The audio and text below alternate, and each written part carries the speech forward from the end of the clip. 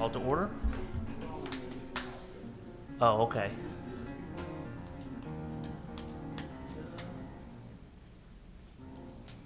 Jimmy, today, do you mind if I have Kip do the pledge and you still do the prayer? All right. Recording in progress. Success. Kip, got the pledge?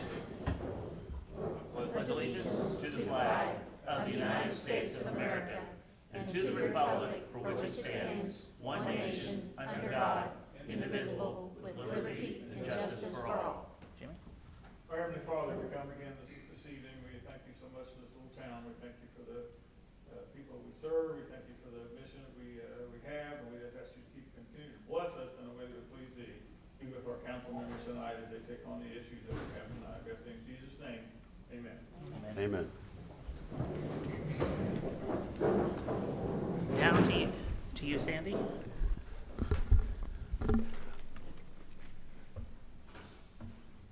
William Ellis, Here. Here. I said except I didn't hear it. Okay. Trevor Sager, Scott Oldham, Pamela Samples. Here. Dan Swafford, Here. All right. Approval of minutes for the regular meeting and executive session, August 22nd, 2022. So moved. and second. What? What? There's an and on there. What? What? Did you say the budget meeting also? Regular meeting and executive session. And the budget meeting from August the 30th. Okay, I did not see that on the agenda here. Would you mind to add that? And the budget meeting, August 30th. Thank you. So Dan, you. Yeah, so moved. With the Second. and. With the and. William Ellis? Here. Yes. I mean, yes. If I'm doing this again, my goodness. Dan Swafford? Here. Pamela Samples? Yes. Motion carries. Just phoning it in tonight, I guess. Okay, action to pay accounts payable, vouchers, and payroll. I make a motion to pay accounts payable, vouchers, and payroll. Second. William Ellis? Yes. Dan Swafford? Yes. Pamela Samples? Yes. Motion carries. All right, open bids for UV lights at the sewer plant. Who has this? Jeff? Jeff, this is not to keep vampires out, is it? Okay, Sandy's so got making sure. Darla normally opens these, and since she's not here, I was gonna do that for her. And the first bid is from B.L. Anderson.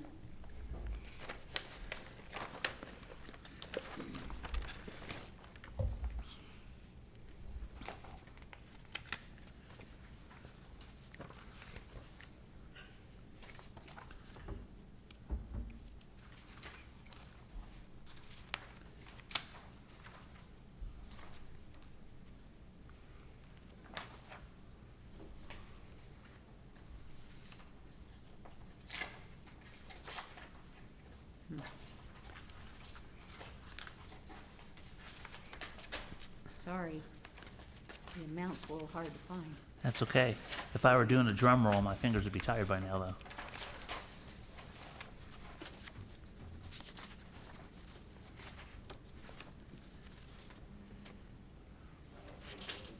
No, it's on page 11 of 13. Stop by burying the lead. $286,010. Okay.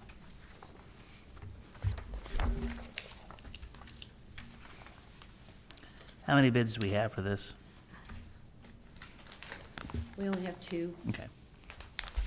This one is from, I'll find out in a minute.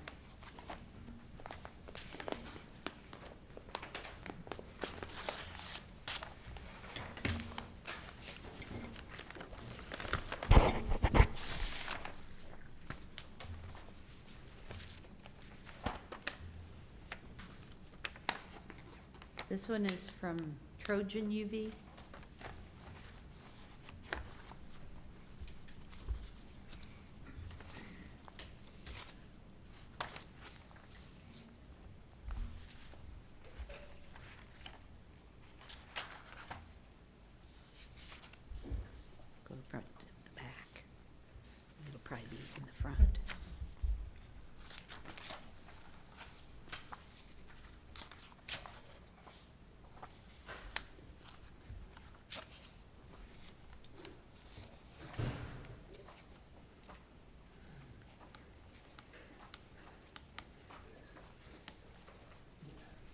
$295,000.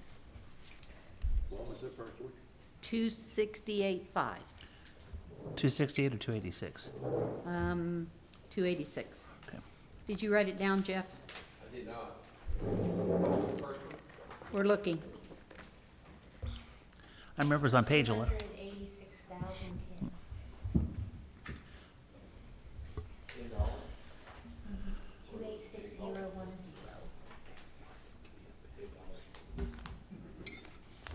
Do you need a pen? 295,000. But you're saving that $10 there.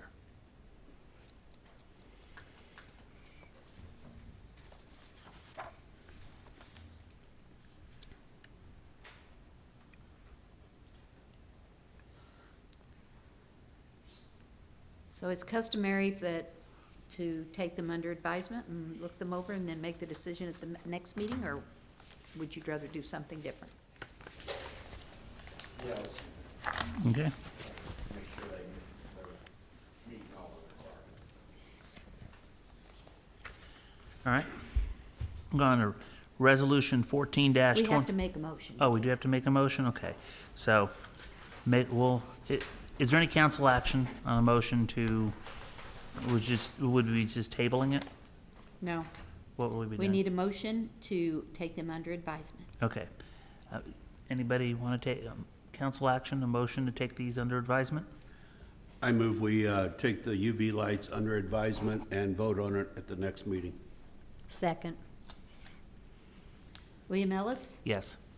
Dan Swafford, Yes. Pamela Samples, Yes. motion carries. All right. Now we're to resolution 14-2022 to dispose of surplus property for the fire department in 1991 Pierce Dash. It is just what it says. It's a retired truck that we're no longer using, and we would like to put it up for surplus property. Probably doing on the gov deals. That's worked out pretty well in the past.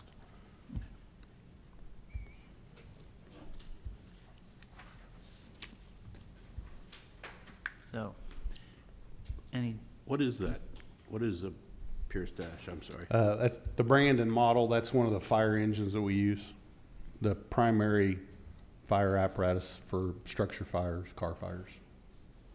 And the reason we're retiring it is just It's a 91. It's tired. very tired. And me and Kevin went and got one, brand new. Really? Yeah, Wow. we're getting tired too.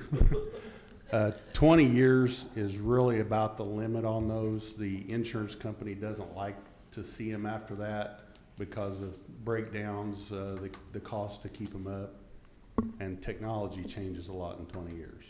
right. Back in that date, I had a CDL and I actually drove that fire truck. Wow. I once seen that fire truck going down the road. Does that count? Any public comment or reminiscing about this fire truck from the public? All right. Council action? Can I make a motion to approve resolution 14-2022 to dispose of surplus property for the fire department, 1991 Pierce Dash? Second.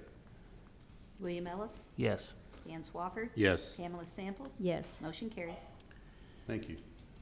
I see no ordinances on the first reading. Ordinance on the second reading, ordinance 2022-09, certifying ward boundaries. Darla, this is you?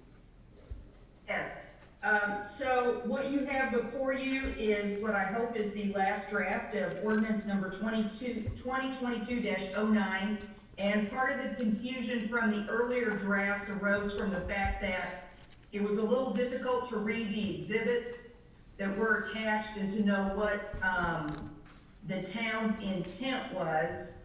And so, my fear is that if we send it over to the clerk's office for review by Karen Wheeler, there would be confusion. So, Sandy came up with a different exhibit to be attached, which shows the wards as they currently are. And in this ordinance, the town council is exercising its authority pursuant to the relevant Indiana code to certify the wards as they are now, so that you do not have to redraw the ward lines.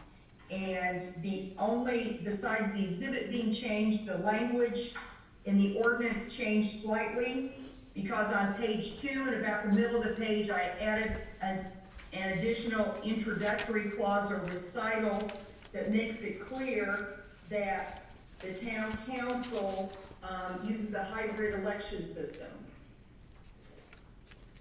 So that everybody in the town can vote for whomever they want anyway. According to your recent census, you had an increase of about 277 people. So if you spread that out over 5 wards, that's 27.6 additional people per ward, all of whom I think are adult, some of which might include children. Not all of those people are going to vote. Some of Pam's territory went to Dan. If we look at the census and drew new maps on the census, some of William's territory went to Trevor, some of Scott's went to Trevor, and some of Scott's went to Pam.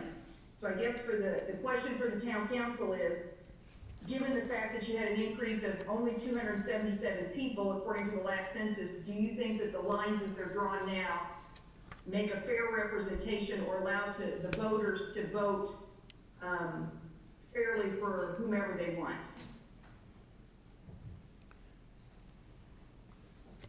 I would think they do. Yeah, that confused me even more, Darla, I'm sorry. Well, essentially, to boil it down, what the relevant Indiana code allows you to do is just to certify the wards as they are now. And so that's what this ordinance says. Right, but what were you saying that part went to Pam, part went to me? What was that about? Okay, I'm referring back to the maps that Kevin drew and passed out in the spring before he left. Okay. And if you were going to change the wards, he had passed around some maps showing how the wards would change based on the population. So if you adopted those wards, there would be minor changes among the 4 of you.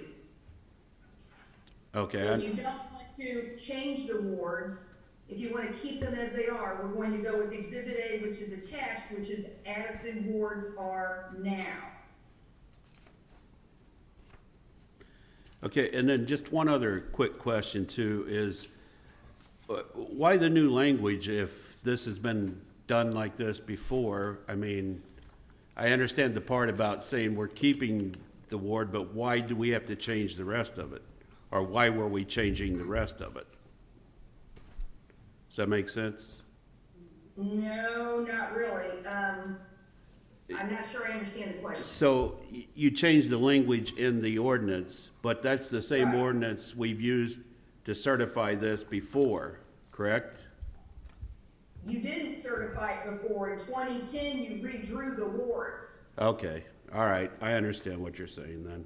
Right, you had hired Elevate to change the ward boundaries. But we still did an ordinance then too, right? Yes, you have to do an ordinance either way, either to change the wards or to recertify them and certify them as they are after the last census. All right, I think I'm following you, maybe.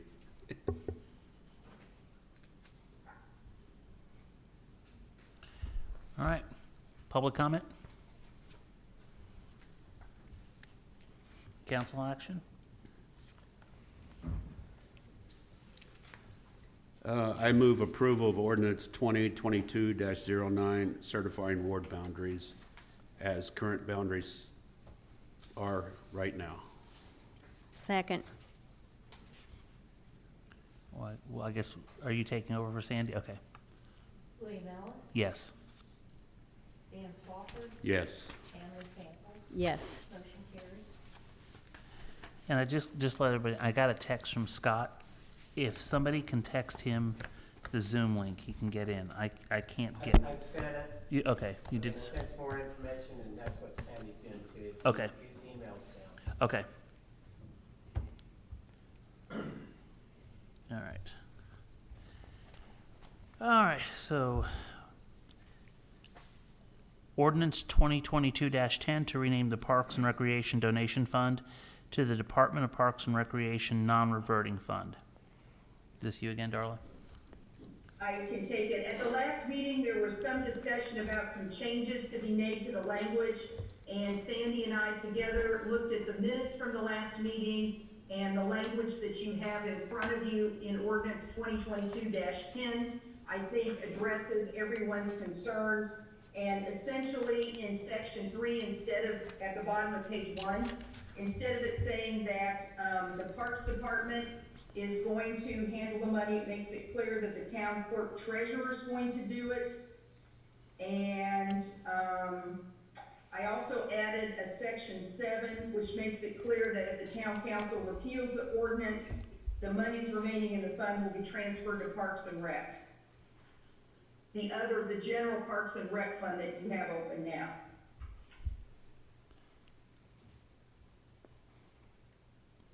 Okay. Jamie, do you have anything on this? No. Okay. Yeah, it's set up to work and function now, so. Any public comment on it? Council discussion? Yeah. I just wonder why it has to be a non-reverting fund. Do you know why? Because those are your only choices under the statute. Either the council can fund certain projects, or the Parks and Rec Board can set up a non-reverting fund for projects. And or to accept donations, which is what you're doing in this case. I believe what Sandy told me is if you do not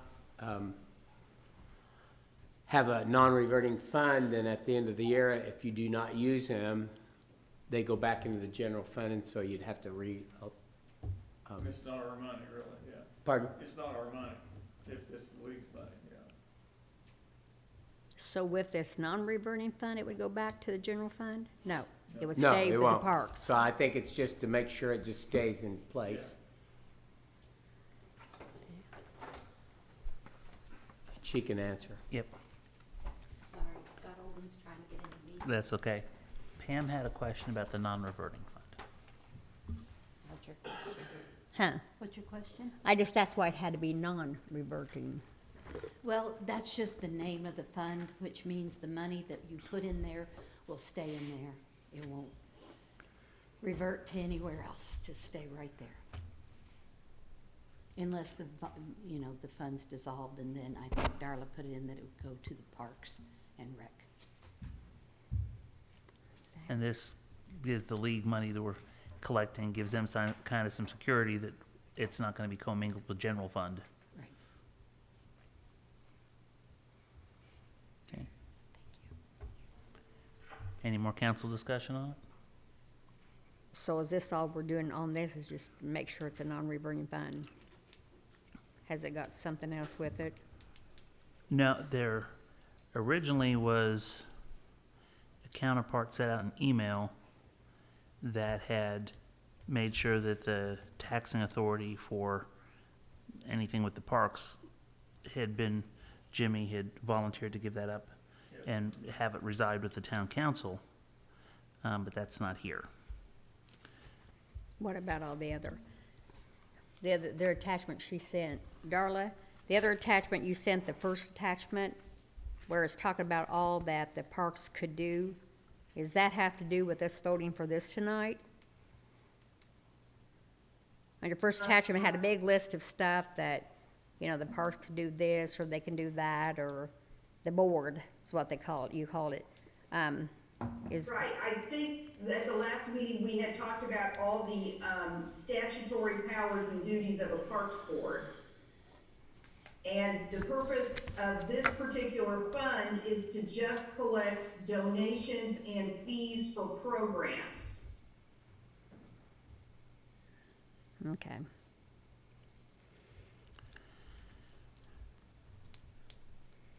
I sent It you- doesn't expand park board powers if that's what you're asking.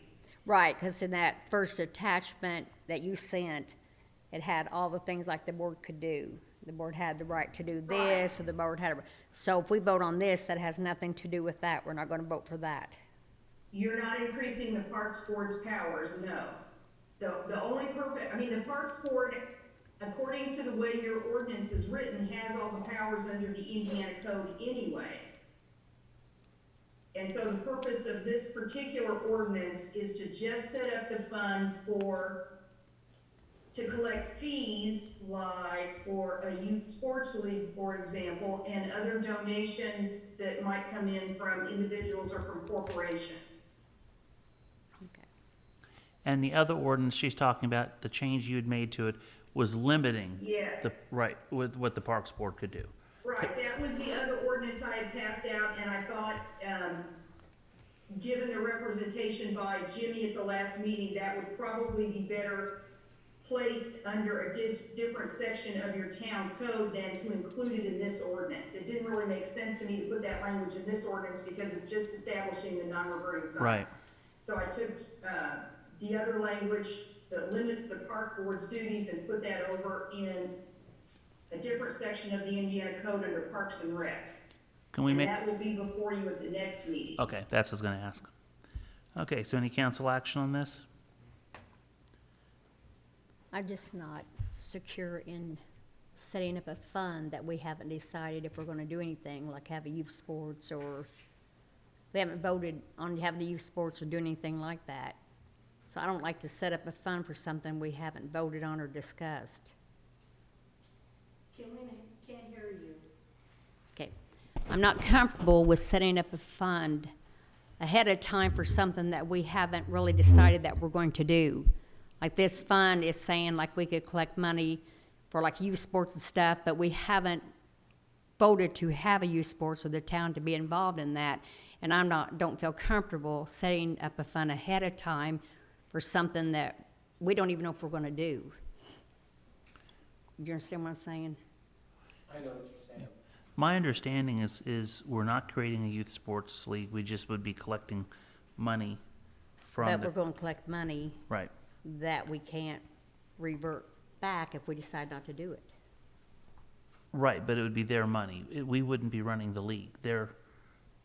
It's a separate league, correct? How, It'll be designated, it'll be all, in this fund and isolated. right. But So they would be if- collecting it. They would be running the day-to-day operations of this. That's my We understanding with, won't be running it, it's all their money. Right. We're just for responsibility or for credibility more than anything, they wanted to run it through the town and through the Parks Board. So Sandy's got it set up where we can do that. The money's not the town's, it's just strictly a holding fund for those leagues that they're gonna have, so. It's not any of the town's money at all. Can I ask a question of Darla? Sure. Darla, I'm working on a couple projects, and I was asked today about maybe someone would like to donate. So would it'd be something that would be towards the project for the parks, but is this something these donations could go in until we do something, or would that go in the general fund? Well, if it's for the parks, but it's not a capital project, it'll go in this fund. Okay. Thank you.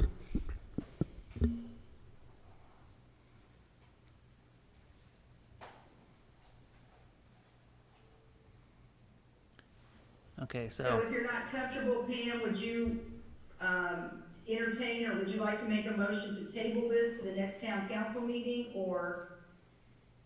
The leagues are trying to get started in October, so we're pushing the end of the timetable here. Oh, I thought Scott said we were gonna take it over till the first of the year. No. no, we're not taking over. We're not taking Well, I it mean, over. start doing the money. It's just a holding pattern, so to speak. We're just holding money for them. And when they need it, they come to Sandy. They justify to Sandy what they need. She writes them a check, and it goes from there. It's all their money. It's all their money. it'd be handled like any other department, that they would bring me the receipts and I would put it in this isolated fund, and then they would. Yeah, I know what you're doing there. I'm Yeah. just not comfortable with the whole thing. I'm afraid, I don't know how accountable we'll be. I mean, if these people that we're doing this for decide to think that we're not handling it right, what liability will we have on it? Like if they come and say, we're not getting all the money, or some money's disappearing, or then what liability will we have?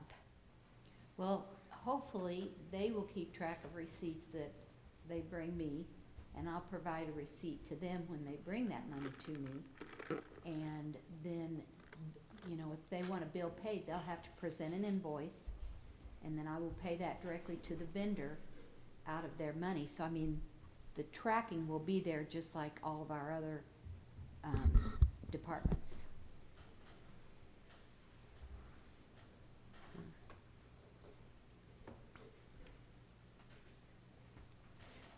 Pam, for all the things you just said, that's why we're doing it. For all the worry you have, that's why we're trying to give the credibility and some accountability with the money. So that's Well, it. and I understand that for them, but I know things can get dicey when you're handling somebody else's money, and I just don't want, like, let's say they would just one day all of a sudden think that we're not doing right, or we didn't do something right, and then what liability would we have? Because I don't want them to come back and then making a big scene and then making us all look bad, like, the town is not, like, doing their part what they said they would. I just don't want the liability for it. All the money will be tracked through forms that they fill out for their children. It's like $90 for a child to play softball or baseball in the summertime. It'll be tracked through Sandy, and the money will be there, and Sandy will track it just like she tracks my budget or Kip's budget or Kevin's budget. Yeah, So, I mean, I don't- trust Sandy. I trust Sandy's not the Yeah. problem. I trust Sandy. It's the outside that I Well- don't know anything about them. I don't know any of them, you know. Pam, we tackle a lot more complicated things than this, and we have to verify where the money goes, who gets paid, when they get paid, if anybody owes us anything. A lot more complicated than this. We are truly trying to help an organization that's interested in the kids' welfare, and they think this will help them. So, but as far as liabilities, the reason you have so many department heads, and Sandy, who is truly a department head, is to make sure you don't have to worry about those liabilities. And then if things would get dicey, if you say, we always have Darla. So, I mean, this is what we do for a living. Serve our community. So this is just another service we're going to provide. I think it's pretty mild compared to all the other things we have to tackle. And so it's really just, it isn't even a bump in the road for me. I will say I do have one concern, and right now they are electronically receiving receipts, which means I have to, you know, allow them into the town's checking. So if they ask me to do that, I probably will start another checking account independent from the general fund. Yeah, do not allow anyone in that general fund. Right. Let me open this up to, are there any public comments onto this? I will read the one that's on Zoom. Can the town general fund become liable for paying damages related to park recreational program accidents? They have their own liability insurance that they carry. And I did ask our insurance, we will have to take up more insurance. I mean, I sent that email out. I haven't filled out any of the applications yet or anything. Even doing it this way? Yeah. Darla, can you answer that question, please? I don't want to throw a monkey wrench in things, but my understanding of, given the discussions we had earlier, either during the work session or at some other point, was that the town was basically going to take over the youth sports league and handle it. So if the town is handling it, I don't think anybody has much of a gripe. As Mike Farmer pointed out, if the town's handling it, the town tackles bigger projects all the time. And so I don't see an issue if the town is going to be entwined with the youth sports league and the town is just handling the money, then we need an MOU, which I thought we had, the town council had decided not to do. So I guess I'm confused about what the town's doing. If you're taking over the youth sports league, then you're taking over the youth sports league, which is what this organization wants, and that's fine. But if they still want to have direction or control it in any way, then you need to have an MOU between the town and this other 501c3, whatever they decide to call themselves. And I think that's the goal, but to start out, because the basketball season is upon us, and we haven't worked out the details for the Parks Department to actually run the organization. I think the temporary fix was they have an MOU, the Youth League has an MOU with the school to start the project, and they're gonna, the Youth League is going to run the operation with the school's help, and we probably ought to look at the MOU. And all we're going to be doing at this time is taking in money and moving money back to them when they need something. And then in the spring, I think the idea was to be organized by then and perhaps start with the softball or baseball league then. And then by that time next year, we could also run the basketball youth leagues as well. I think that's, I believe that's the way it's been planned. And I think I understood it differently too, so I want to say how I understood it. I agree with what you're saying. And I know that Scott Oldham at one meeting said we were going to take over everything. But then at another work session or something, they talked about a parents group. And so the parents group would take care of ordering the equipment, hiring the referees, scheduling, you know. Until we have somebody hired to do that, you know, we can't do that part of it. So It sounds like this is really intertwined. We're all looking at this and thinking it's something different. I'm gonna make a motion to table this to the next meeting.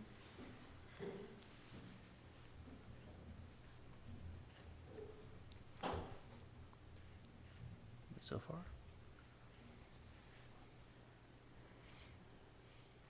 second, I see none. No second. Motion fails.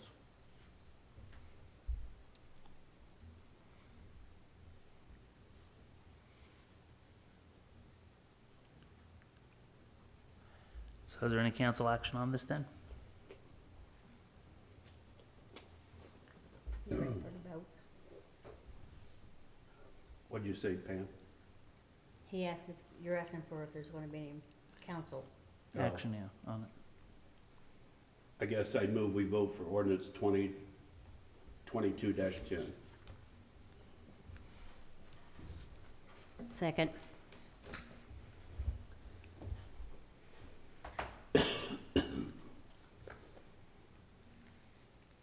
William Ellis, Yes. Dan Swafford, No. Pamela Samples, No.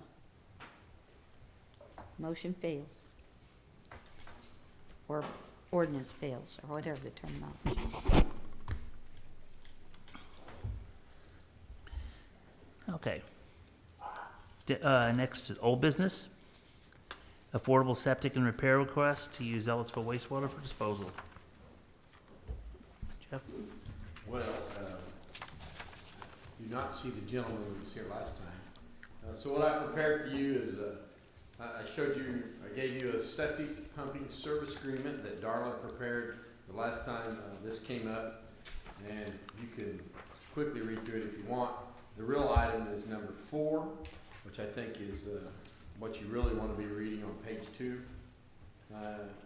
It says that the town reserves the right to terminate any and all dumping privileges at any time for any reason and without prior notice to the septic hauler.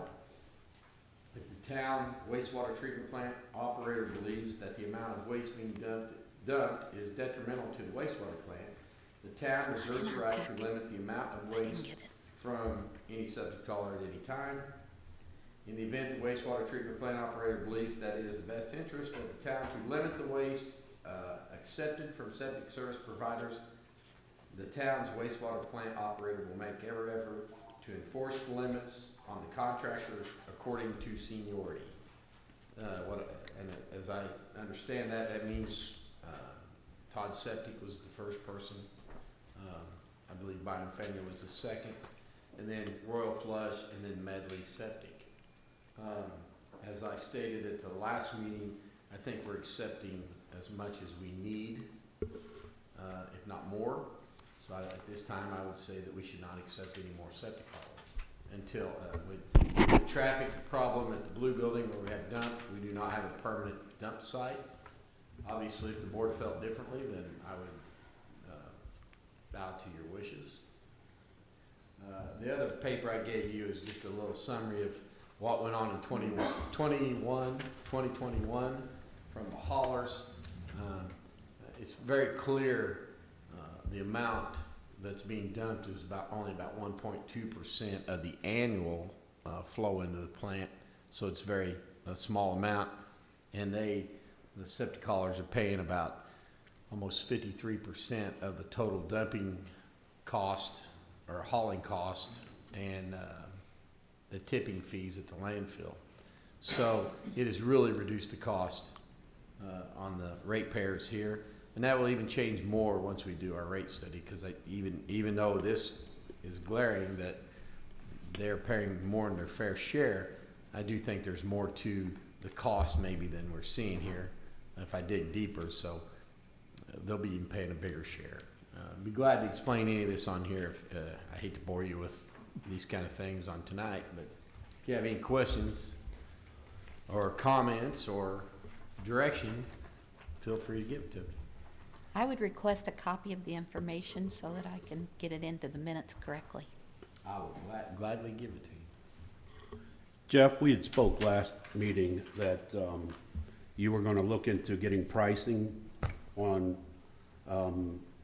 some way we can track what is being dumped there with like a meter and a card reader and all that. Have you had time to look into that? I unfortunately been busy, and then I had a little bout with the famous COVIDs in the last 30 days, so I have not had time to really look into that.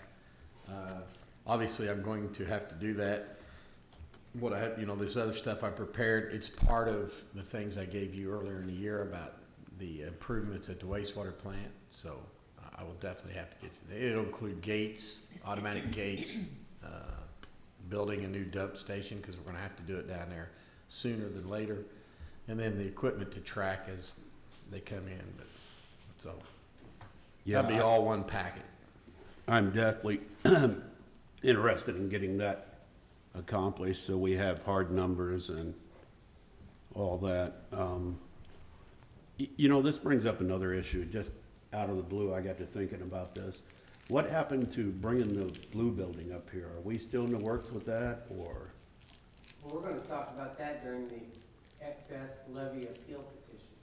Okay. Yeah, we definitely are looking at it for sure. Any other questions? So the real question is, I think, Darla, does section 4 of that agreement, do they have to vote on accepting or not accepting an additional septic hauler?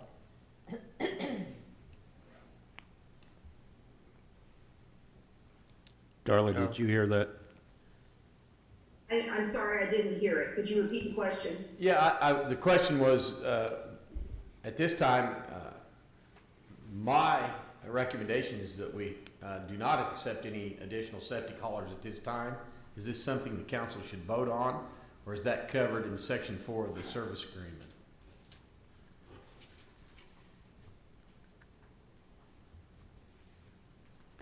Maybe we vote just to Well, reaffirm. I think section. there needs to be a determination made as to who does get to determine, whether or not you're going to exclude people from dumping or tell them they can't do it anymore. Is that going to be utilities' decision, or is that going to be the council's decision on a case-by-case basis?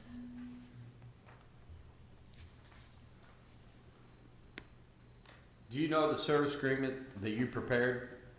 Yes. Yeah, and did you hear section, I did not send this to you, obviously, because I thought you would be here. I know, I'm sorry. Did you hear me read section 4? I did, I'm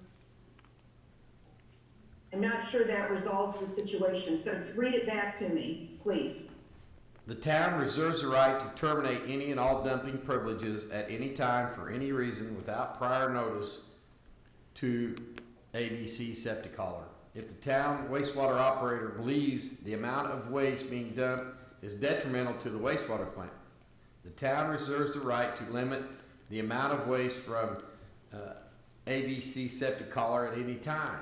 In the event the wastewater operator believes that it is in the best interest of the town to limit the waste accepted from the septic service providers, the town's wastewater operator will make every effort to enforce the limits on the contractors according to seniority. So I think the last line is basically if I thought that it was detrimental to the wastewater plant, that we would limit it by seniority of the septic haulers who are currently dumping there. Okay, I think that's fine. I guess I thought your question went more to, who gets to determine in the future whether or not we could take on more. And, I think that is my question, and Okay. say that we put in a equalization basin or something that makes the plant even more efficient than it currently is. Sure. Then I would come back and I would always allow the board to have the final say on if we accept more septic haulers. Even if I deemed that it was okay to start taking on 1 or 2 or 3 more septic haulers, I would provide that information to the town board before I did that, before I moved forward. okay, given that understanding, I think which is in the agreement is fine, and will get you where you want to be. So the question is, should they vote on the decision tonight that is on the agenda? Yes, I think they should still vote on it. But yes, that last paragraph, if I understand it right, and it's been a while since I've looked at it, would give you the authority to determine when people should be either cut off completely or should only be allowed to dump, say, on a percentage basis, you know, depending on the plant's capacity. So yes, the town council should vote on this. Darla, I have a question. Yes, I'm a little concerned, and maybe I misunderstood you, but I don't see how we can give them the authority to turn someone away when they're actually using the facility too. Wouldn't that be considered a big conflict or no? That's why I'm leaving it to you. Right. But I thought she also stated that. I think what she's saying is if during the operation of the plant, and this has happened, that we find somebody's brought a load of something that, you know, we can tell is detrimental to the plant, and I've researched and found that it came from, I'm not gonna say where and why. Right. And But then you would come to us, Yeah, correct? but I told the septic hauler, you cannot come, that cannot be Okay. brought to our plant anymore. So that's just to protect, obviously, the biomass in the wastewater treatment plant. We obviously pay attention to what's being done. Right. And I understand that part of it. I just want to make sure, Darla, there's no conflict there, correct? correct. As long as he said, if Bynum Faneuil also puts themselves on a percentage basis along with everybody else, I think that's fine. But they also have the authority as the plant operators to decide if somebody's doing something they shouldn't be doing. Right. But, For the preservation of the plant, that's what you're hiring them to do, so. yeah, Okay, answer Jeff's question. It was my understanding that what's on the agenda tonight is a request for approval for portable septic and repair to use the Ellettsville wastewater. So I don't think there's any harm on the town council voting on that and giving that approval with the understanding that the previous agreement that was approved gives the operators of the sewer plant or the operator the authority to turn people away or to shut off their access if necessary. Does that make sense? Well, No. no, because I can see where they could say, okay, ABC's using this now, you dumped something illegal, you can't do it anymore. I agree, that's 100% their call. But Okay. if someone comes to them and say, just like this gentleman did, comes to them and say, can we dump here? You just said that they would have the authority to refuse it or not, and that part I don't think they can do. It should be reverted back to the council. That will never happen. Because Okay. that's the reason he came here the first time is because I said, you need to petition the board to see if they'll allow you. And I agree, Jeff, but that's not what she said. Yeah. That's why I was asking. That's the way I want it. I feel the conflict that you're talking about. Right. I think I've made that clear at the last meeting that it's hard for me to say no, but I can tell you, at some point we talked about this when Medley came on, and we've had other people call and ask, hey, can we dump here? And I'm like, every time I'm like, you have to petition the board because I'm in conflict of saying yes or no. I'm not in competition with most of these other people, Right. so it's not what we do. So, but again, I've always wanted to be in your hands. Yeah. And I agree with what you said, 100%. I was just commenting on what she said there at the end, so. And if you say yes tonight, we'll make it happen. If I understand what Jeff said, and I'm sorry I'm having trouble hearing, I don't know why. Jeff thinks that that this new septic and repair, affordable septic and repair should not be dumping at the plant, correct? Not because of their service at all, only because of the last 12 to 18 months, by taking all the septic that we're taking now, we are not the size of a plant that can accept all. I mean, if you, we discussed this at the last meeting, if there's, you can't hardly find anybody between Martinsville and Indianapolis and Bloomington that will take septic sludge anymore because, and I'm not sure why, if everybody took their fair share, we wouldn't have this problem. If the city of Bloomington was open 24 hours like it used to be, we probably wouldn't be getting these requests. I'm afraid if we continue to say yes, we will continue to get more requests. And if you're asking me professionally, I'm saying we are taking our fair share at this moment. And Okay.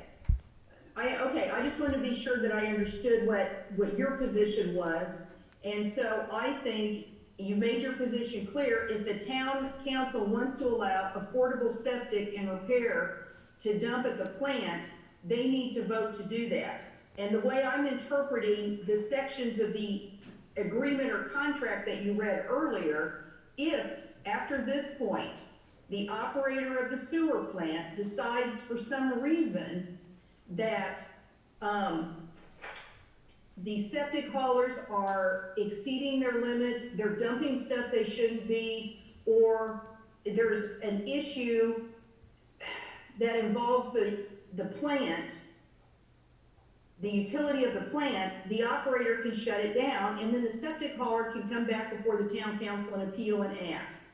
But I think Jeff still needs to retain the power, because you have 2 weeks between meetings. If he thinks something's going on that shouldn't be going on, he needs the right to shut them off.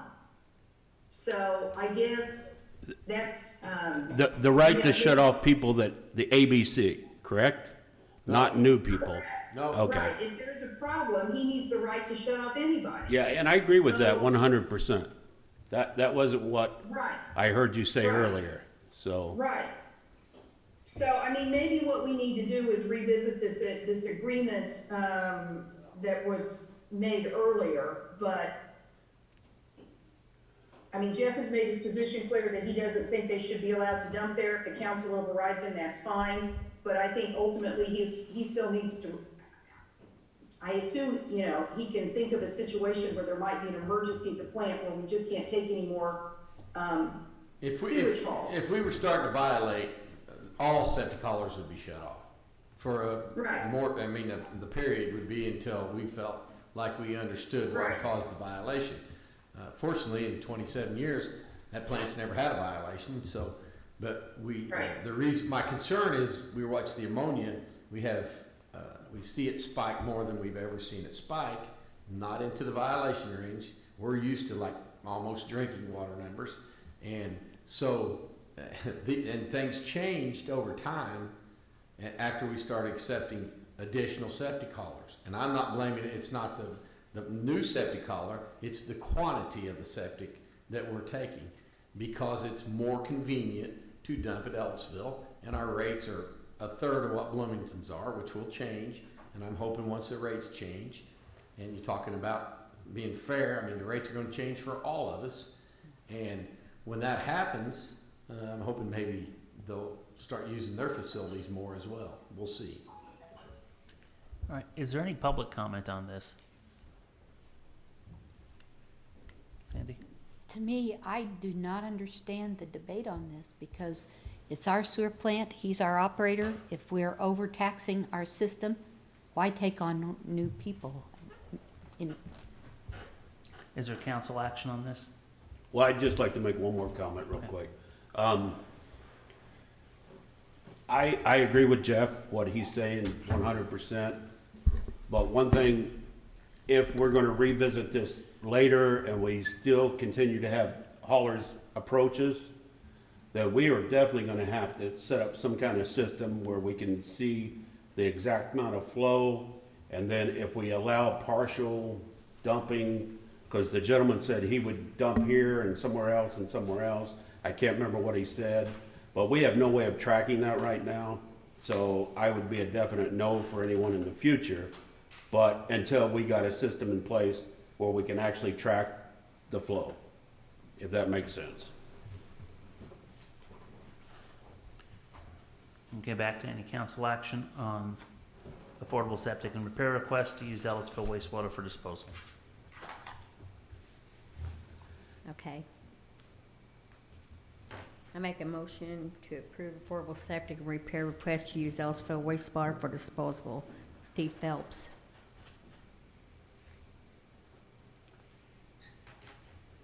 What was the first part? You're approving the motion or you're just making the motion to vote on it? I didn't hear. Okay, sorry. You're Make making a motion to vote on. it, Okay. sorry.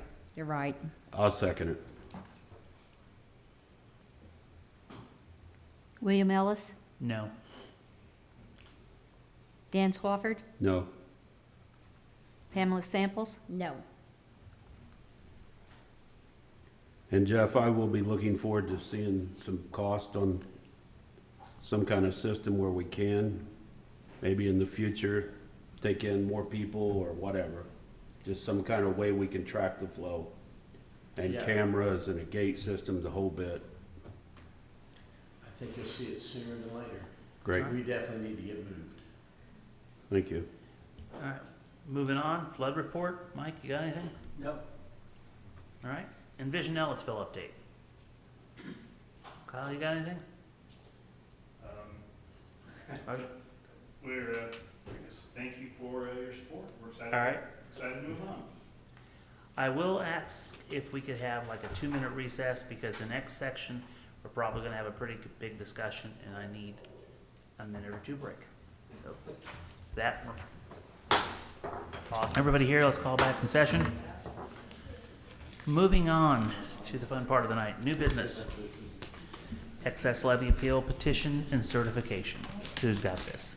Well, Yeah. I made I had a couple of things I wanted to share. So Kevin, would you share the, Could you talk louder? Proceed.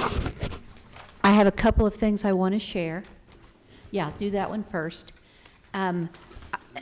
This is a very simplistic way to look at it. I shared this with Pam last week. Our AV And I gave you a printout of this too.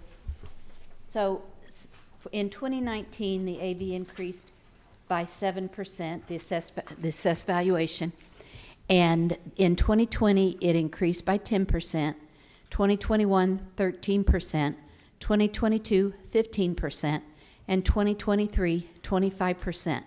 So in the last 5 years, it's increased by 70%.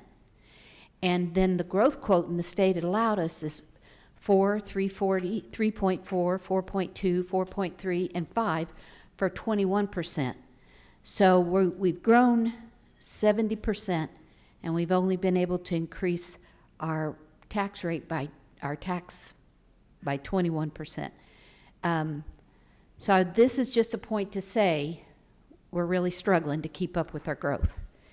And then click on, this is a printout of all the taxing units in Ellettsville, in Monroe County. And Ellettsville is there on the last one. And Kevin, could you click on Ellettsville in that last column that shows the increase or the decrease? Over one more. The change To the column. right, the change column. Yeah. Yeah. Down to the very last one is Ellettsville. Up, that's the total. Okay, so in that one, it shows out of all the taxing units in our grouping, we went down over the last 5 years by I gotta look, 0.2614.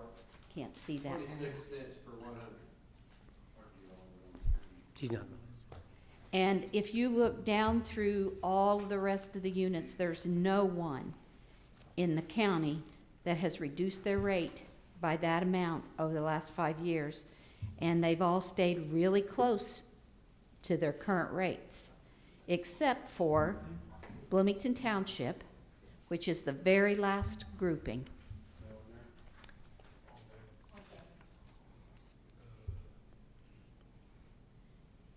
There. And Bloomington Township's rate went down by 0.6537 because they went into the fire district. So they dropped their fire rate and turned that over to the district. And over the last 5 years, even with the district coming on, their rate went down the most in, as far as the county, is 0.3642. So I just wanted to point out to you that Ellettsville's rate has decreased the most of anyone else's in the county.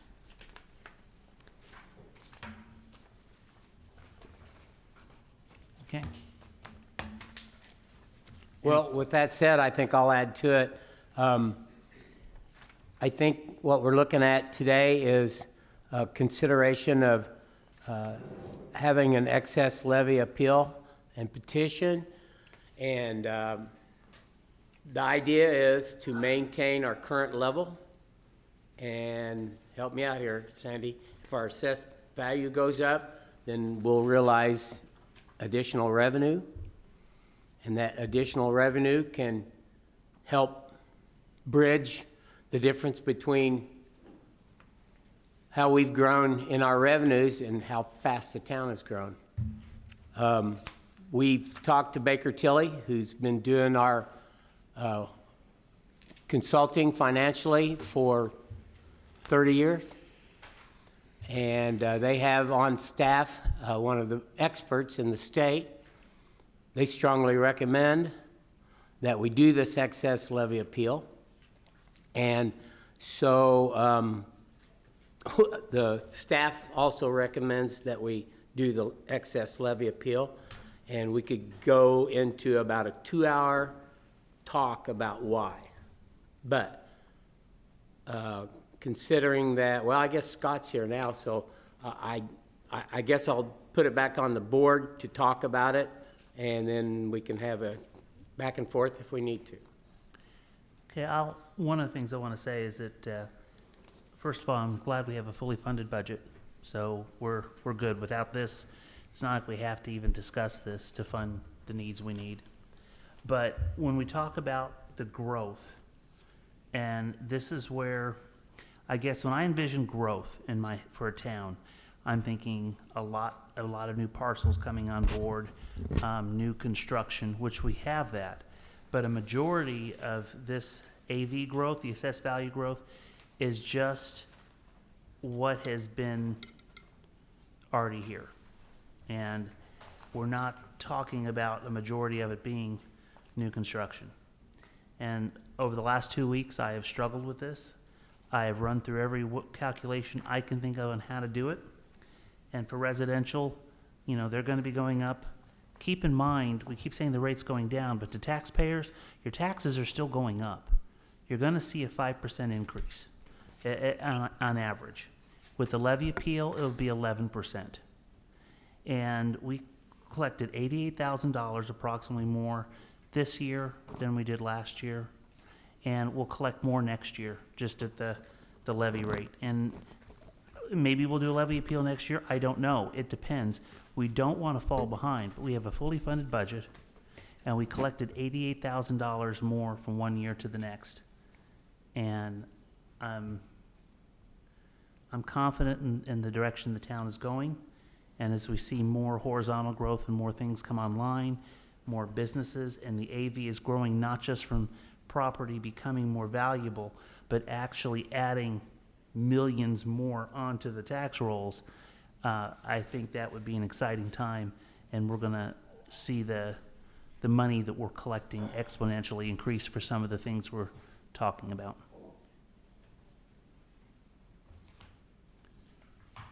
I'm just searching for papers. That's all I do anymore, is search for papers. Yeah, we got quite the mess up here. Yes. Yeah, and it is extremely hard to know the assessed value for sure, how much is from, you know, Right. existing homes. Exactly. But I wanted to let a few things, I wanted to add. KHE is a 22,972,000 increase in our AV. Sandy, can you talk into the microphone? Ellettsville Storage is 1,934,000 to our AV. Richard's Small Engine has grown. They're $735,400 in our AV. Starbucks added $1,171,500 to our AV. This one just got thrown in. Curry Buick's just $232,000. And then Mad for My Dog, that was recently annexed into town, and the evaluation of that's $416,500. Those were new places that I thought of today to just try to look up and find. So And they should be hitting next year, because the AVs that we got, they would have been what the assessed value was as of January 1, 2021. So if those were not on the tax rolls then, they would not count for the AV that we're basing all these on. And this AV grew by $108 million. That's Right. the most Ellettsville has ever grown in a 12-month period.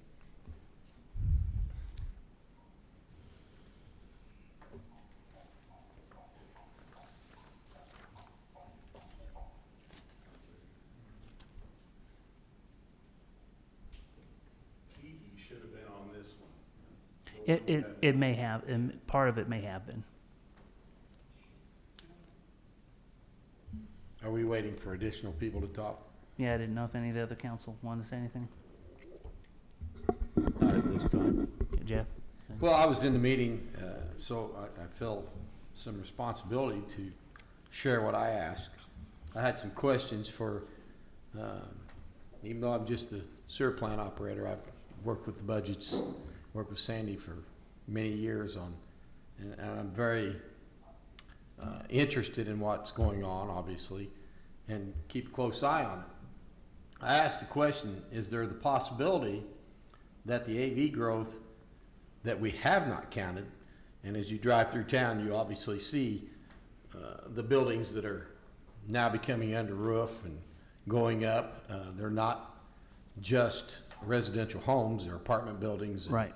and multifamily developments. I said, is there the possibility that they would offset the levy appeal?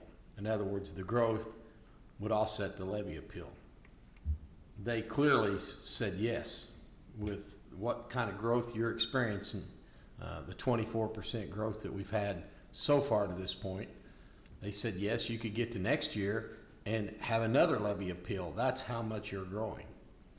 So, and I understand clearly what your concern is and how you're coming up with your calculations, that just because the tax rate stays the same doesn't mean that the taxpayers will pay the same.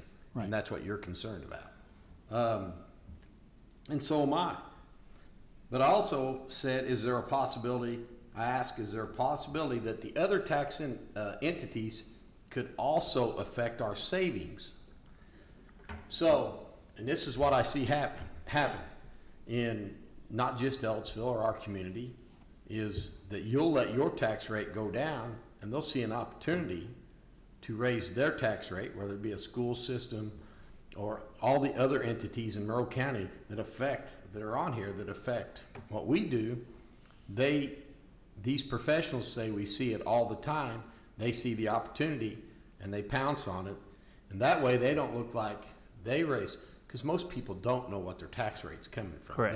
They just think they live in Ellettsville and that just Ellettsville affects their tax Oh, rate. believe me, that's what we hear all the time. So, as much as you're trying to be a good steward to the taxpayers, it could be offset by somebody else that's not going to be. So I throw caution to the wind. While we maybe pass up on our opportunities, somebody else takes advantage of it. So I just something, and then I asked what will happen if we wait, and they said you just fall behind, and you fall behind everybody else.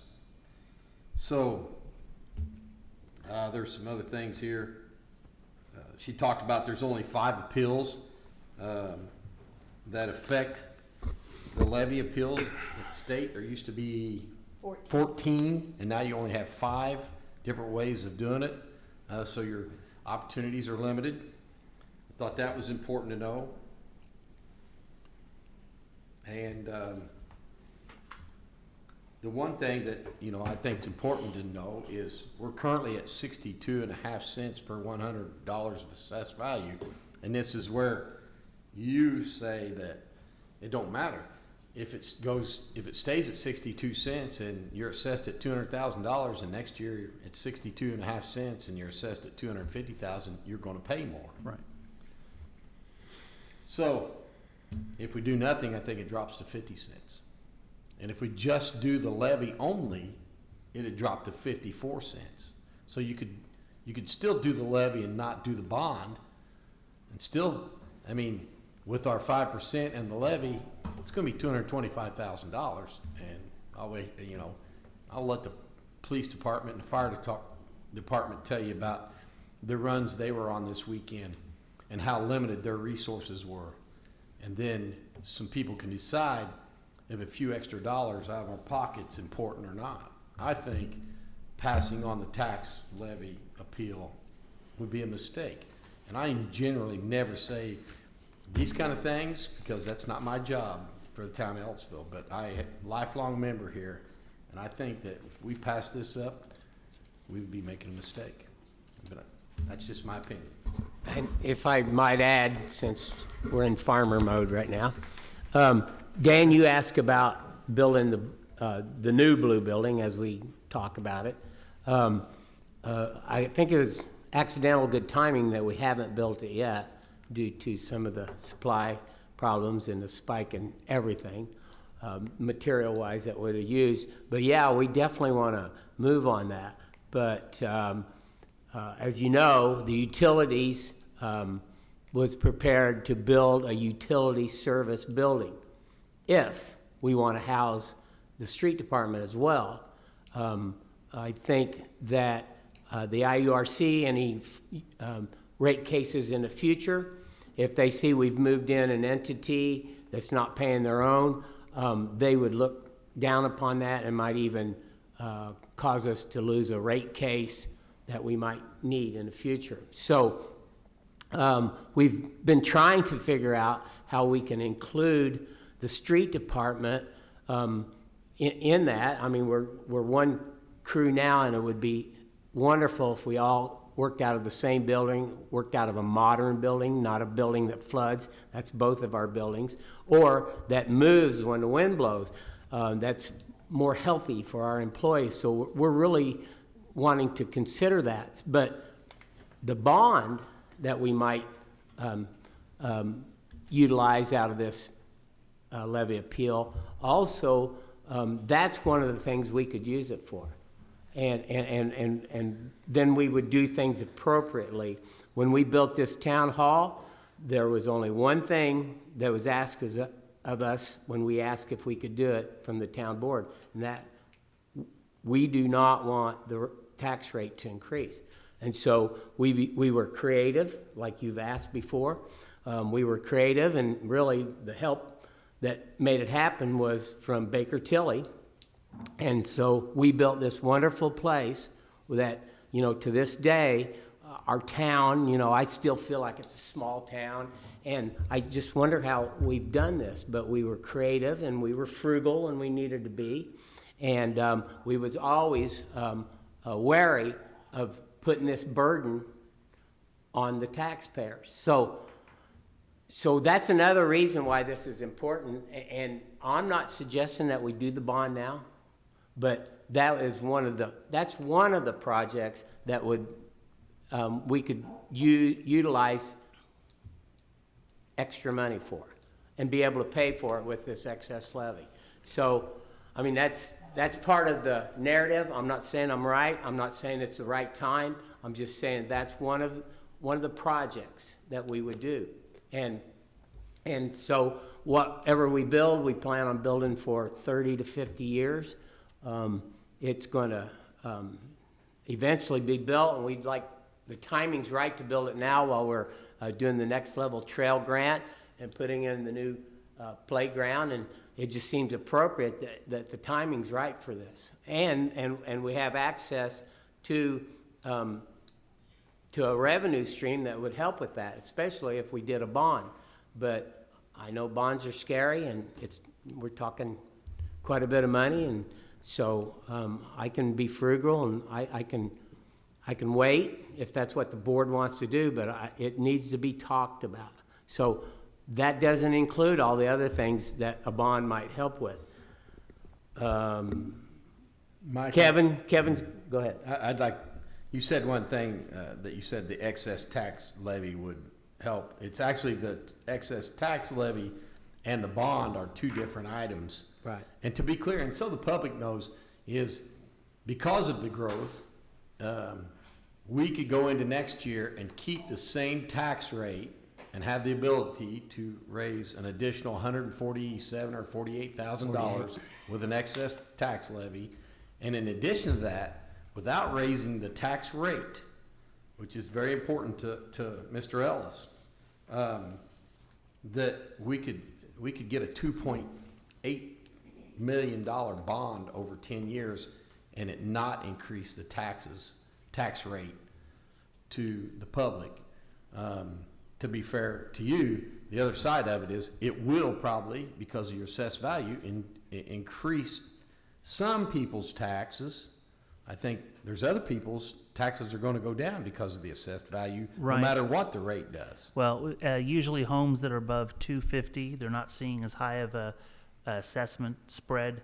Homes that are below 220, 200, they're seeing a higher assessment increase, so they're actually going to be paying percentage-wise, so they're actually going to be paying a bigger chunk of that. Some of the people that I calculated that's above in the 240, 250 range, they actually did see a tax decrease. Part of that's because of the property tax caps. Part of that's because their assessment, it may have jumped up $30,000, $40,000, but it was only 5 or 6%, where other people, they jumped up $30,000, $40,000, and it was 30, 40% on what their. Which clearly makes no sense, that the less income person would pay more taxes. Right, but that's the way. But that has nothing to do with the town of Ellettsville.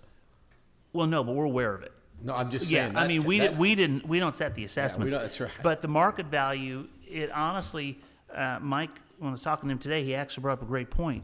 Those homes, about around $200,000, are probably the most in-demand homes out there. So the market is increasing. Now, when you're looking at assessment percentage of AV increases, I really think we haven't seen the full impact yet of the AV increases because we're about 2 years behind. Home prices have not stabilized yet this year. It looks like they're going to stabilize a little bit more. We probably won't see that till 24, pay 25. Question. So say we do nothing, then what happens in the next year or two when you do want to do something? And instead of holding your tax rate, now people are only going to see a tax increase on their tax rate. No, we're still collecting more every year. So whether you change it, we're understand- collecting I understand. 88,000 more this year, and chances are, we're going to collect more next year.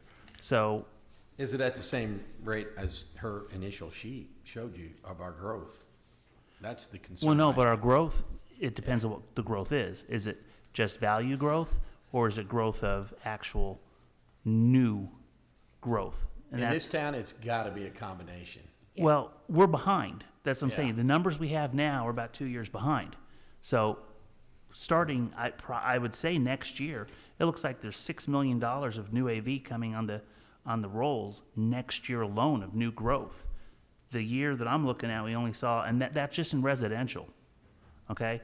The year I saw that was looking at the end of the assessment year was only 535,000. So, But we can't, unless we appeal the levy, we do not benefit from the growth.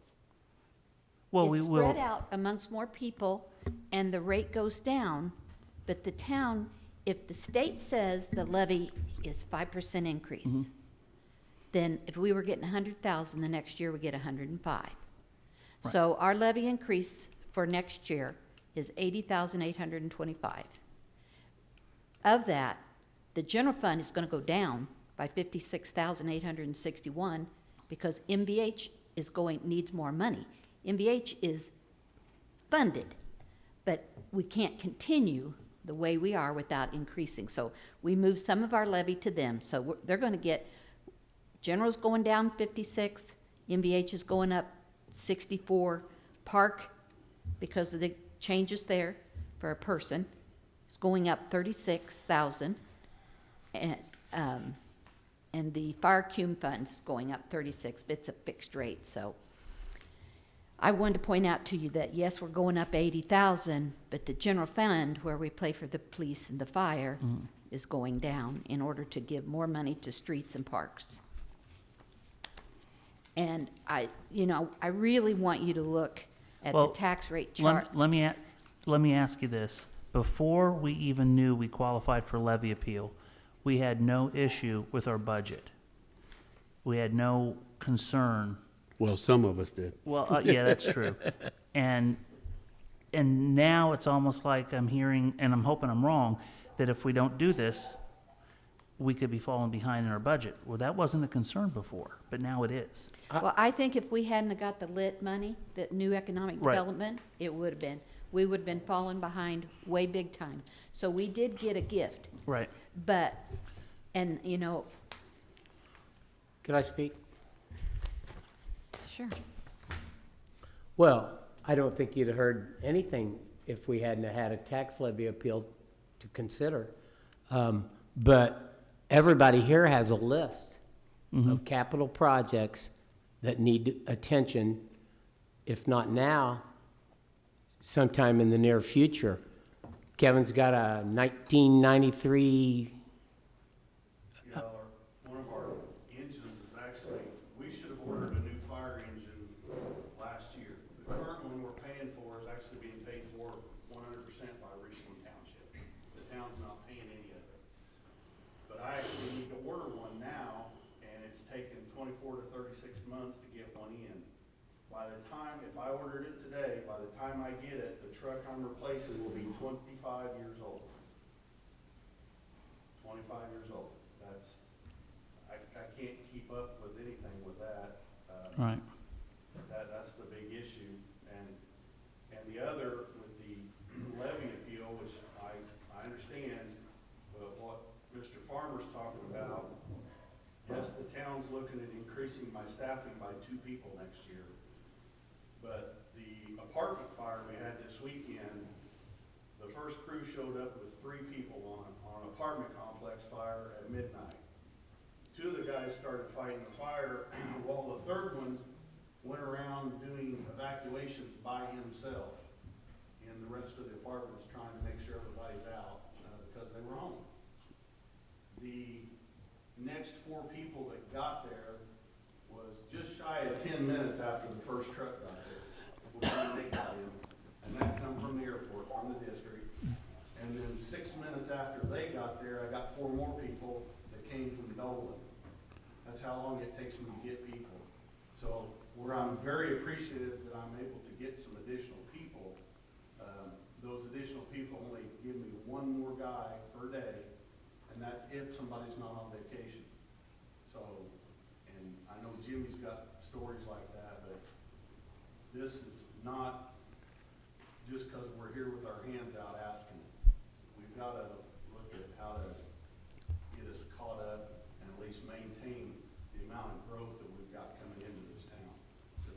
We can't keep doing it. Well, no, and I fully expect that the growth of not just the value growth of existing stuff, but new growth, which is just, it's looking like we're just right there. I think you're gonna see a complete difference next year. To expand on Kevin, our police department should have been there to help them that night, but we had one working, and he was working on a DUI crash. And it takes so long to do that, and that, you take an officer away from Ellettsville from 11 to 3 o'clock to process a DUI, which that's what it takes now, about 4 hours to process a DUI. The town's wide open again, so we've got to come up with something. We have a good rotation. Sandy's worked with me for the 7 years I've been here. We've got a good rotation for his cars.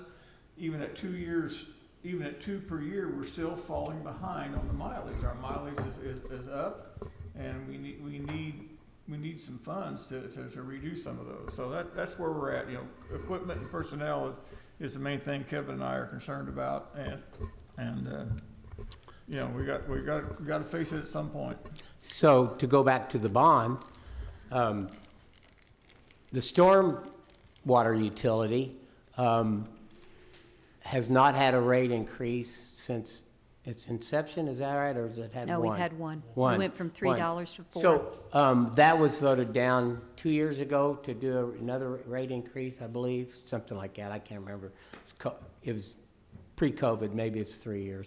So we could utilize some of the bond money to do, I think we have a list right now of about $1.2 million worth of projects to do, some of them small, some of them large, some of them that will have a great impact. And this is aside from Vine Street.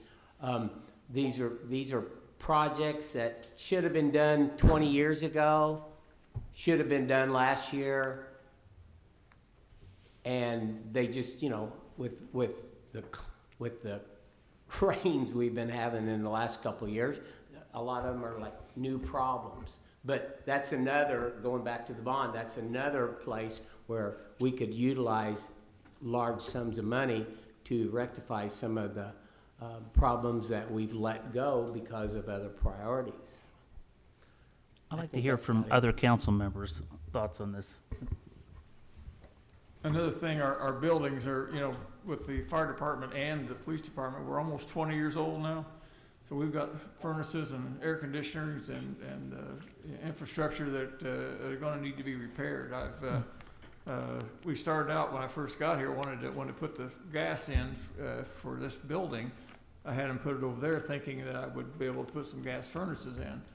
And at that time, which was 3 years ago, 4 years ago, they were $5,000 a piece. So, we're talking probably half again as many as that now. So that would reduce our energy for the building. But they're getting old. Things are getting old. We're going to have those replaced. So. Okay, I kind of think, unless the council wants to hear from more of the supervisors, we kind of know everybody. But what's the council think? What's the thoughts? Should we go to Scott first and see? I'm sorry, William, what are you asking? Just your thoughts on this. Sure. Well, unfortunately, I have several thoughts and they go in different directions, but I keep coming back to, and Sandy would have to help me with the year, where you would have to go back and look, but what the supervisors are telling you is absolute truth. We have put off and put off and put off and you know, begged Peter to pay Paul for years. One of the issues that we have is that I'm, you know, with the rest of the council, I really don't want to see taxes go up. I don't. I don't think that that is something any of us wants to see. My issue, however, though, is if we start falling behind, and I get what you're saying in AV, but there's a lot of ifs and theories, and there's no real proof for anything just yet. I universally hate half measures, always. But I don't see putting this off, not doing something for another year, but I also don't see going for the max levy appeal either, just yet. Although I'm beginning to think that we've got to be further up the ladder than just straight down the middle and half of it. And that seems like a cop-out, I'm not meaning to, because everything the supervisor just said is correct. There's needs. I think in the long run that this AV increase needs to go forward, or this levy increase needs to go forward with the intent that it's staving off other levy increases in the next few years. Dan? Well, you know, normally I will vote on these levy appeals, but I'm very upset with the budget this year, and I cannot support the budget, and we got a huge gift with the lit money come in, and it just seems like we addressed a lot of those issues with that money. And I think it's time to give the residents and the taxpayers a little break, and not do a levy appeal this year. And that's my feeling for it. Unless we want to make some more cuts in the budget, maybe revisit it, but I think it has to be done now. So, you know, I definitely can't support it along with the budget, so. Pam? Okay. Any public comment? I have one more comment. Make it pithy. So, I think this is important. I know it's important for William. I talked to him about it today. Real hesitant to go against strong wishes from the board. He let me off the hook by saying my job's to work for the town's benefit, but his job is to work for the whole community and especially their constituents on what kind of money's coming out of their pocket. I respect that. But two things I'm thinking is that normally, traditionally, when we have something this important to talk about and vote on, I think almost everybody on the board at one time or another said, well, we should wait until we have a full board here to talk about it and vote on it. So that's a suggestion I would make. How would we get around the deadline for the levy appeal would be that we would just go ahead and put it into the, help me out, gateway, and until we vote on it, it's not law. And so this still gives the people that would oppose the budget or oppose this particularly, it gives them time to vote against it still. But if we do not, then we lose that chance, and there's just a strong sense in me that we need to do this, and so I would ask that maybe that be one of the actions we might take.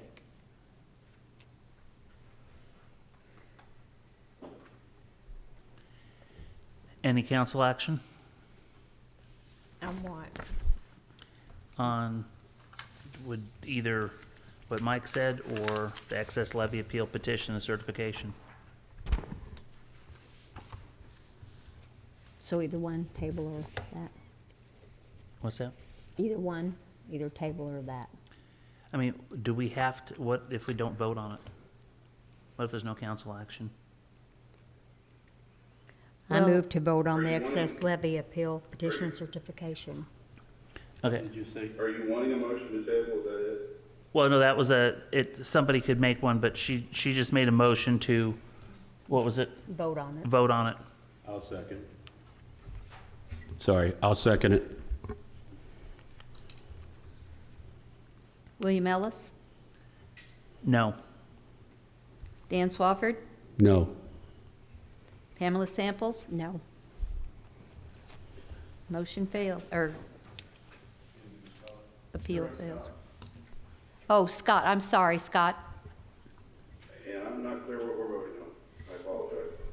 Well, she made a motion to vote on the excess levy appeal petition and certification. So that We're voting yes or no? they, Correct. That's correct. Vote on it, or? Yes, it was well, voted. okay, I think to move forward or to not move forward, right? Is that Correct, to correct, vote Pam? on it, yes or no? To either approve the levy appeal or To not. vote on it, tonight. I think what Pam wants to do, help me Pam, she wants a vote on moving forward with a vote, right? Yeah, So you're to vote voting on it tonight. To have a vote Oh. on the tax appeal. Okay, I But misunderstood. it's already on the agenda, so I don't know that you have to do that, do you, Darla? We already Okay, voted. now, let's go back a second. I think you got two choices. You can either move to table it, or somebody can make a motion to approve the, appeal petition, or make a motion to deny the appeal petition. You- Okay. You can't just make a motion to vote on it? I don't think you need a motion to vote on it. Yes It's or already no? Voting on it, okay, wait a minute, all right. I You're- know it's been a long night, but either you can table it, or you just make a motion to, send it up to Indianapolis, or to not send it up to Indianapolis as an appeal. Okay, so my understanding is no. Is that what you guys have? No on the levy appeal, correct? We Okay, don't so want- let's say. Yes. We've already motion- decided, it's done. That's enough. Well, no. I just want She's to trying to know get how the to word language. the motion. sorry. Yes. So I think if we say to approve the excess levy appeal, and then each of you voted no, then that is voted down. Right. And I'm sorry, Correct. Sandy. I But thought you I'm were not sure gonna that's what argue. you were voting on. Was it, Pam? The motion I'm was to voting go for us to forward with vote the on it vote to turn it tonight, down. and not to table it, which I'm not sure you need to do, so. Okay. Let's just Should we- forget the last couple of minutes, okay? And remake a Somebody motion? either make- Thank you. Okay, so we don't have to vote on it So making a motion to approve it Yes. or deny it. Yes. Yeah, or disapprove. or disapprove, yes. Is there action from the council? So, I am so upset about this. I'm confused. Darla, we've already voted on this. I don't see the problem. I asked these people yes or no on the levy appeal. They all said no. So why are we beating it to death? If I just say that you made a motion to approve the excess levy appeal, and I've got 3 no votes, Okay. that fails. All right, but we're not gonna redo the motion. The motion has already been made. Well, it just needed to be amended to say It approve. doesn't need amended. It can be Well- voted on it Well- like that. I think it does, because if I understood Pam, the motion was to go ahead and vote on it tonight. And so the motion was to have a vote on it. She didn't want to table it. Right, that's, and I Correct. clarified with Pam, that's what she wanted. Right. But we didn't need to do that because it's on the agenda, so we can just, we didn't need to vote Right. to vote on it tonight, because it's on the agenda. We don't need to vote on it. But you have to have a motion to vote. Right, but she was making a motion instead of tabling to vote on it tonight. All right, So- whatever you guys want. This is ridiculous. Pam, are you okay if we amend your motion to say that you made a motion to approve the excess levy appeal petition and certification? And the 3 of us say no, so that means it's not approved. you're okay with mending that? Okay, so I'm gonna put that as the, and we won't revote, because you all understand. That's what I'm upset about. I And- don't want to revote. And I just need Scott Oldham's vote. Well, my vote in that case would be yes.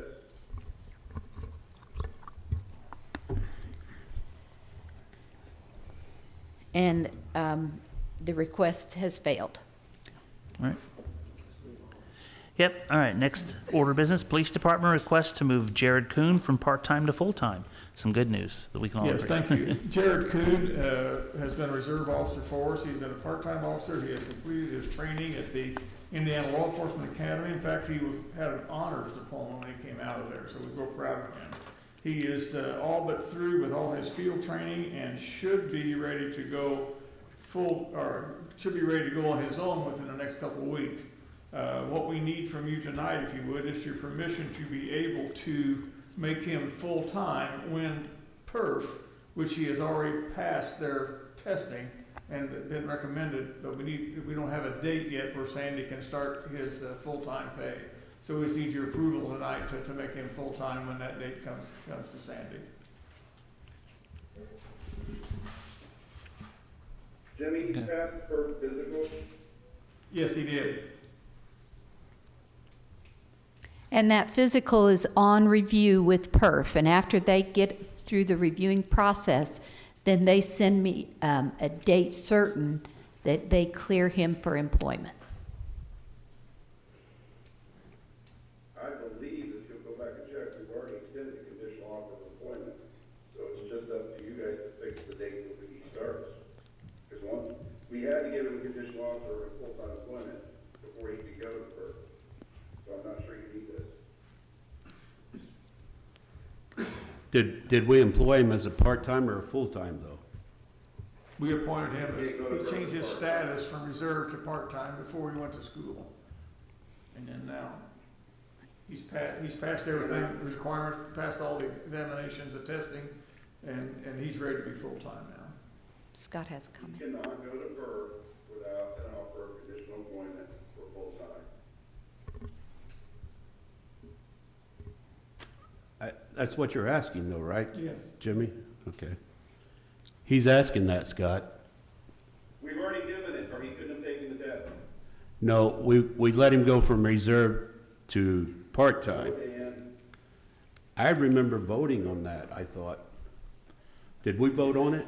you did, guys, then we haven't done it right, because you can't even send him to get the first physical, and you've extended offer of employment to him to full-time employment. He's just like the firefighters. I bring a name to you guys give him a conditional offer pending his PERF physical and approval from PERF.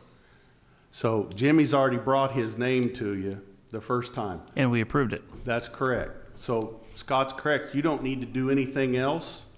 Once Sandy gets the documentation from PERF that says they have accepted him, then it's all done. He's just full-time. Okay. Thank you. Everybody okay with that? So I'll withdraw that request. Okay. All right. Okay, if I move on to Chamber of Commerce request for a proclamation for Smithville Recognition Day on November 4th, 2022. Jill Thurman. Everyone, I am Jill Thurman from the Ellettsville Chamber, and I am going to read a letter to you. Dear Town Council members and Michael Farmer, on behalf of the Greater Ellettsville Area Chamber of Commerce, I am writing to request that November 4th, 2022 be proclaimed as Smithville Recognition Day in the town of Ellettsville, Indiana. Smithville is a nationally recognized top 100 broadband company. They call Ellettsville home, and this year celebrate 100 years in business. The contributions that they have made to our community are innumerable. They support the Boys and Girls Club, the Monroe County Fall Festival, the Elletts Chamber, and Envision Ellettsville, to name but a few. Smithville provided hotspots in our community during the pandemic so families without Wi-Fi at home could stay connected. Smithville was the first to create a fiber network to serve K-12 schools in rural areas. Lieutenant Governor Suzanne Crouch remarked, Smithville for many years has been a state champion for rural-based fiber broadband, serving Hoosier residents and businesses alike across Indiana. Smithville's history is a history of innovation. In recognition of the importance of the contribution that Smithville has made to Ellettsville and the state of Indiana, we ask that the town of Ellettsville issue a proclamation for Smithville Recognition Day on November 4th, 2022. We would be particularly honored to have Michael Farmer or a town council member present this proclamation at our November Power Luncheon on Friday, November 4th at Ellettsville Town Hall at noon. We look forward to working with you on this endeavor and thank you for your consideration. Sincerely, Jill Thurman, Office Administrator, on behalf of the Greater Ellettsville Area Chamber of Commerce Board of Directors. Do we need to do a motion on this, Darla? Would you please? Okay. I will actually make the motion to proclaim Smithville Recognition Day on November 4th, 2022. Second. William Ellis, Yes. Scott Oldham, Yes. Dan Swafford, Yes.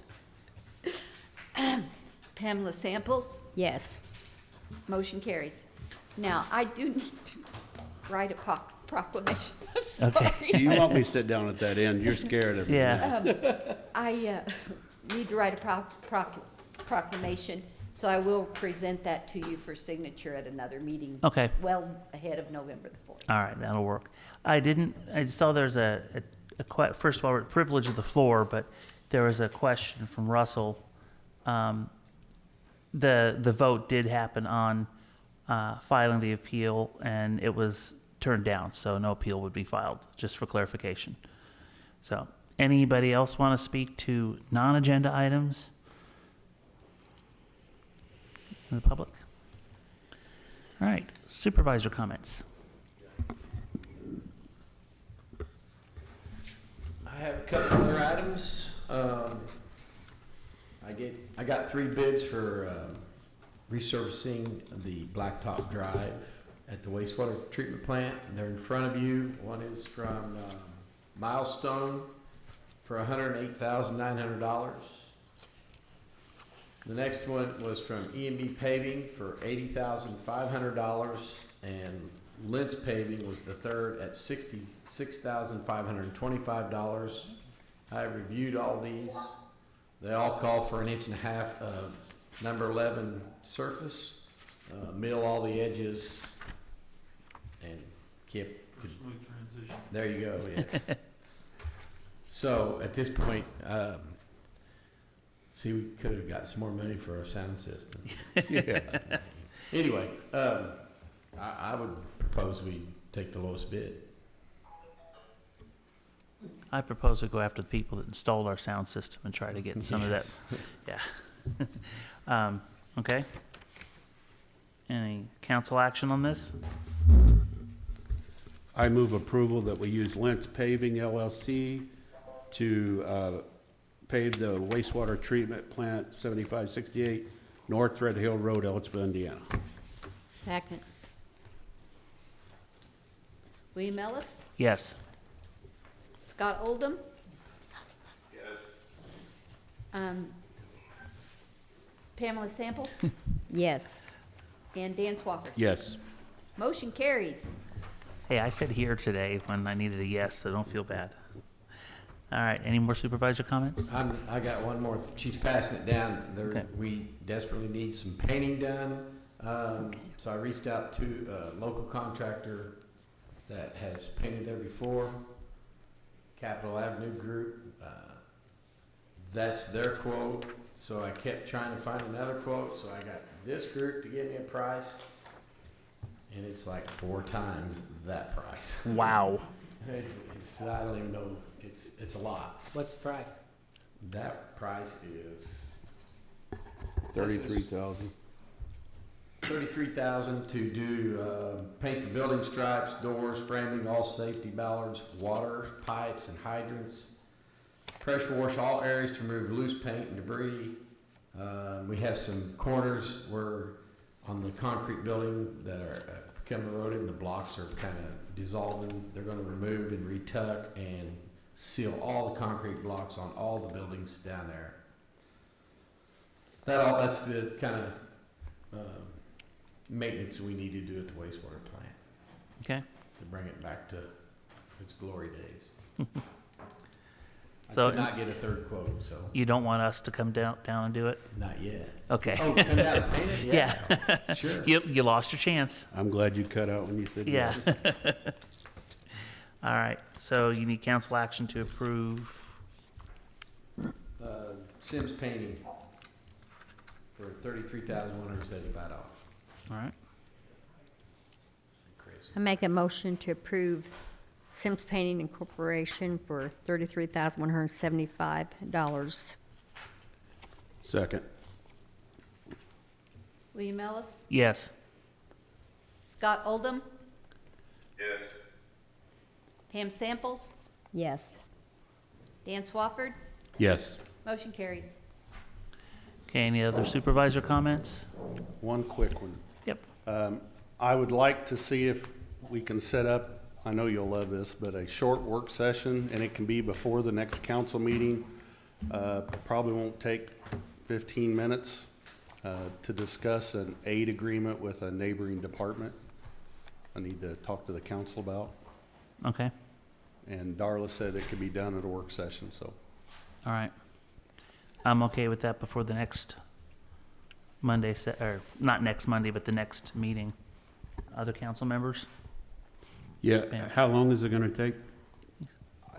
I guess it depends how many questions you have. I can cover everything in under 15 minutes. So But better if plan you want, on if you want to 30. say a half hour, that should be plenty. Yeah. Yeah. 30 Or we minutes. can do a half an hour before, and if we need more time afterwards for. I'm, the Right. I'm rest. fine with that. That's fine. You okay Before- with that, Scott? I'm good with that, yeah. All right, Thank you. Let's book That's it. all I had. I have something. all right.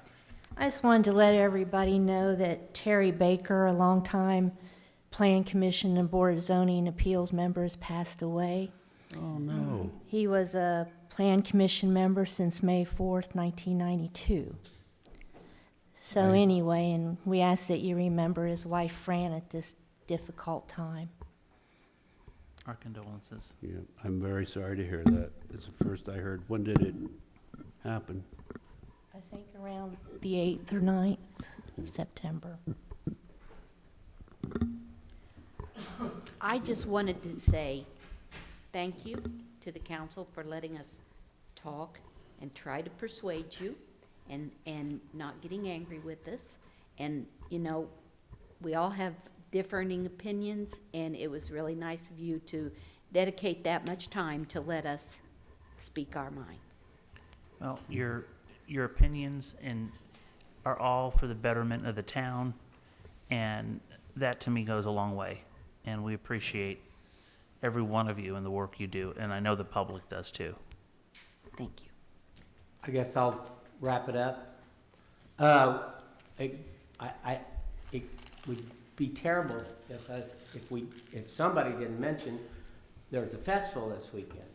So the Fall Festival's coming to town. It's one of the great traditions of Ellettsville. I mean, it's been something I've been going to since I was 0, I believe.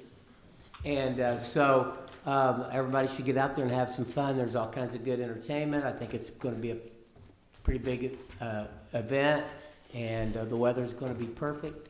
So come out to the Fall Festival.